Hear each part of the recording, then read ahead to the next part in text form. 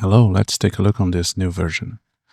One important thing that I must tell you is things changed a little bit so we can prepare for another engines to run. And that is the checkpoints. I'm going to show you why not the mess. When you get the portable Python, you should have somebody Python in the HMR data folder inside the pack. And what is the important thing? You have to place the checkpoints on the same folder.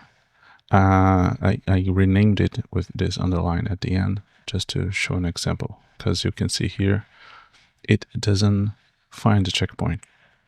The easiest way is that you place the checkpoint folder and this SAM 3D body Dino v3 folder and the model CKPT and the model YAML file. So if you have it in this path, let me show you. Let me just rename this. And now it automatically finds the path. Let me rename it again. And let me see the preferences. You see here, there are many paths, and here is the checkpoint path. So if I remove this, it doesn't show. But you can also add the path manually there. For example, here I got the messed up path. Let me get the CKPT. I do Ctrl-Shift-C to copy the path. And let me paste here without the codes, and you see it also solves the problem.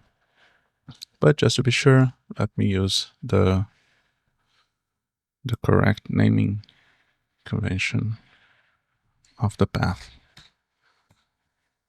which deals with it automatically. Now let's go to the rest of the add-on. Sorry for this part. Okay, so now you have everything done. You have to place the Python folder here. You see the checkpoint is in the parent Python folder. Let me cancel since it's already configured here. And let's go to the video sequencer. Let's input a video. And another important thing. You can see on this footage, I got this character here, and I got another frame, and the third frame, it changes suddenly to another thing. It's important that you select a bunch of frames. Like, you should not leave this start like this, or else the global position will be messed up. On my testing, it's not messed up, it's non-existent.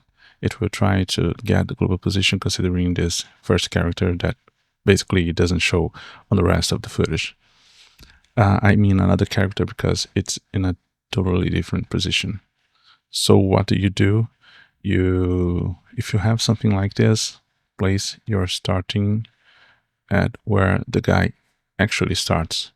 So I'm going to use the frame 4 as a start. And let me play to see how it goes. Okay, we got just this guy. So we can go to the generation and choose an output path. I chosen one, and since you're selecting the start and the end and you're not using the footage, leave at the scene option and select generate markers. Great, and you see that it starts on the frame 4 as it should. Now you render marker frames, and let's go to the inference part. Let me put it to preview so I can scale it down.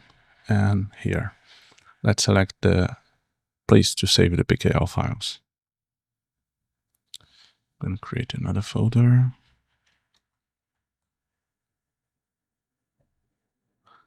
And okay, if you don't want to use the global position, you don't need to select the SLAM tracking. But if you want the global position, you need to select this. For now, we just have droid SLAM.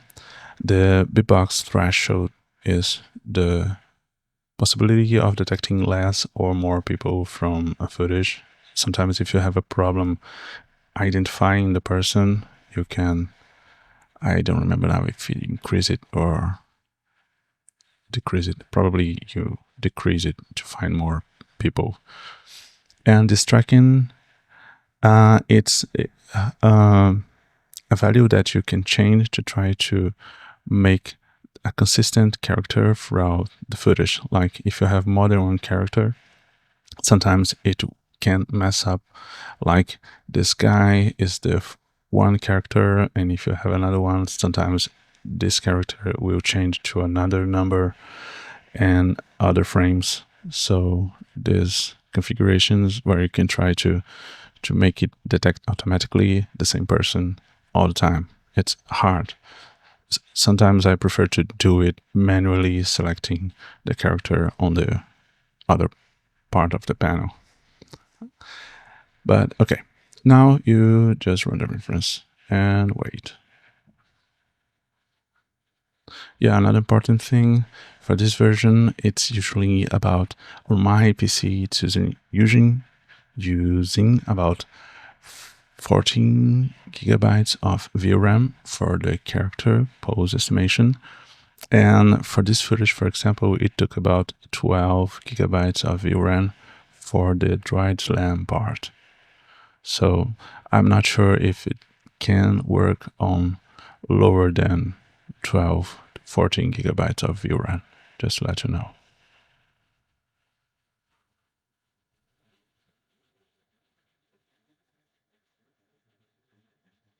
This is the dried slam part.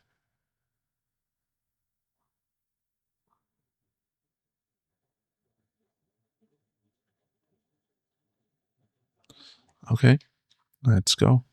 So now we can go to the other part, and let me erase this, guys, and load a character. And this is where I can make different things. If you want to load the original result without the global position, you can leave this len corrected off. Let's see how it will show. And you get this result. You see that basically it's standing and in the camera position. Now let's load with the corrected SLAM data, and also the point cloud and the camera trajectory. And you get this result. You see, you can use the camera view to get a better look.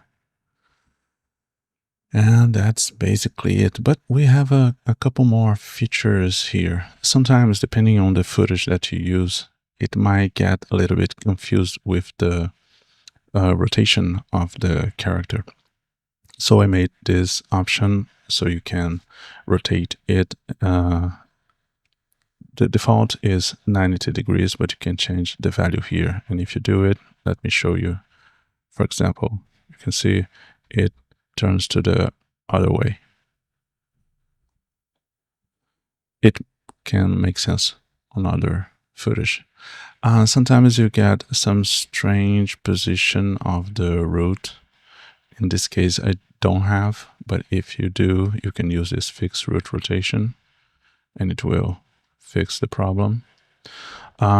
This tool is, for example, if you remove all the markers, or if you, just a moment, remove all the markers, but you already have the PKL files and you want to use that reference for some other tool like the scan current PKL, it needs the marker to know what it is. So you have to generate it from the PKL files and it will make it available here.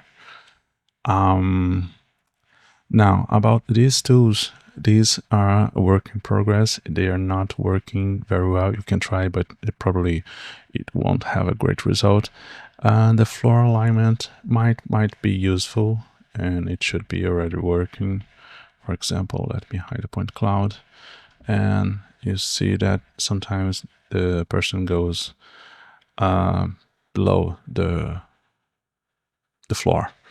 So you can select it where you want to put it up. In this case, I'm gonna leave it at 0 and align the floor. And so you see that it doesn't go below, but it also goes up. And if you wanna update the other frames, you can use the align per frame. And if you click on it, it probably will be a little bit messed up, the animation. You see it's not jumping anymore. So let me undo this and try to import.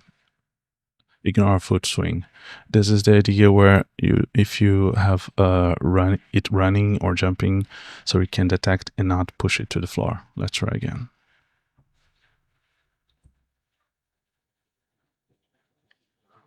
Yeah. As the other two, it's not working very well now.